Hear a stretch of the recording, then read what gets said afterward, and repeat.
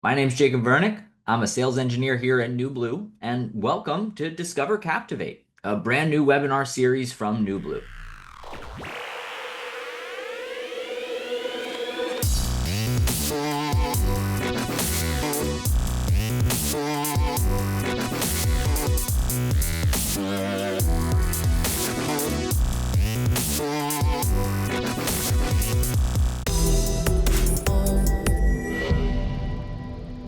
Let's talk a little bit about shots. All right, now we're cooking. So, Caleb, Yeah, what's your title? I am product manager for Captivate. The product manager for Captivate. The person that you actually want on these webinars is finally on these webinars. So we're going to talk a little bit about shots. Yeah. And give me the high level. What are we talking about with shots? Why do you like them? Why did you want to highlight them? Yeah, definitely. I wanted to highlight shots because I think they're incredibly powerful, and I don't think a lot of people are using them yet. From a very high level, what I'd say they do is it's basically a macro to queue multiple graphics at once. So maybe we can give a little example. Yeah, so I've got, kind of like a bug, a lower third, and a background right here, right? And then I can come down here, click group into a shot. It's going to give me something right here that's going to play all three of those elements at one time. Yeah. When do you think people are going to be using this? So I think there's a lot of situations where you could want to use this. I mean, maybe you want to manage a few elements individually, like you're showing here. You could have a score bug and, perhaps it's just a normal station bug or something like that. Yep. That you want to be playing at once. But where I really think this is going to be most useful for people is that you can really build up your shots as the cues for your run of show. And so you can have different moments that are really going to be powered by this shot system. Nice. And I'll try to give some examples of what that might look like. So one basic thing is that we can set up shots with different combinations of the same graphics. So like, say we would want to have another shot here that would have the background and the bug, but not the lower third.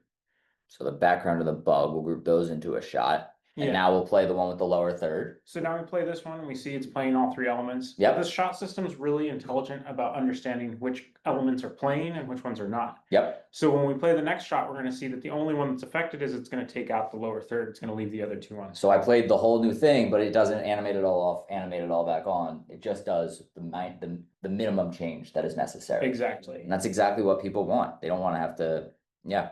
No, that's fantastic. And so at a really basic level, that's what it does, and it does it very well. But we can also dig into getting really powerful with some of the macros that we can build out with the shots. Yeah, and I think there's a lot of different things we can do down here in the properties, right? I mean, setting, adding quickly other graphics to this shot. So if I just wanted to click on and maybe I forgot something, I can add our stock graphic in here, or I can add our lower third back in. I can just do that. Tell me a little bit about shot values right here. Yeah, so this is one of what we can do here is we can actually override any of the values that are in the graphics that are playing as part of the shot. So probably said that in an overly complicated way, but basically we can just set what any of those values, variables, images, whatnot are going to be. So for instance, if we were to set up one shot, maybe that's going to be the Jacob shot, and one shot that's going to be the Caleb. Let's do that right now. So we'll set this up as the Jacob lower third, and now we'll duplicate this shot.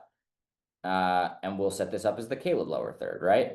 And now the idea here in the shot values is that you can override these values, right? Right. So in this Jacob one, we're going to go in here into the shot values. We're going to make sure the override's turned on for that name. Yep. That's going to make sure that whenever we play this shot, that the name value gets set to Jacob. Fantastic. And title, we can turn that one on too and put your official title in there. Yeah, okay. We'll throw in sales engineer right here. All right, and then let's go do the same thing for Caleb. Okay.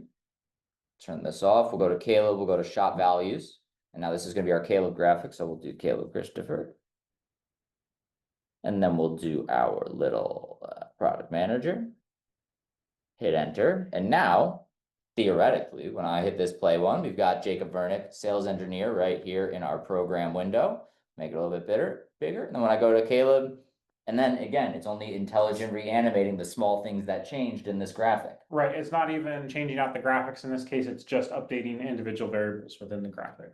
Super powerful. We can also set audio mixes if we were doing things with like picture-in-picture graphics. So it's incredibly powerful what you can do to build this out.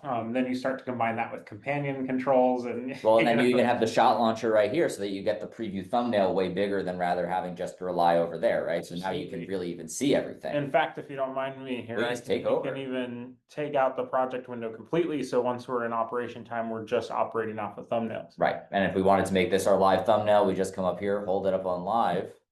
And now this is our live Now it's preset. our- So now every time we click on this, you know, we'll click on setup, it'll bring us to this layout. Click on live. Every time we click on live, it's going to bring us right back to this. Absolutely. And kick me out if I'm out of time. But the No, other thing that's hit it. powerful with the shots is we can even do some configuration on them. So if you here do the edit button on the shots, we can add things like color labels.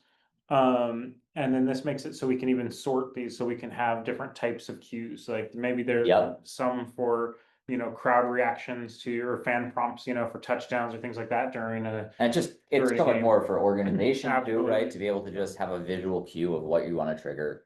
It's so good. All right. I think it's your time. Thanks so Awesome. much.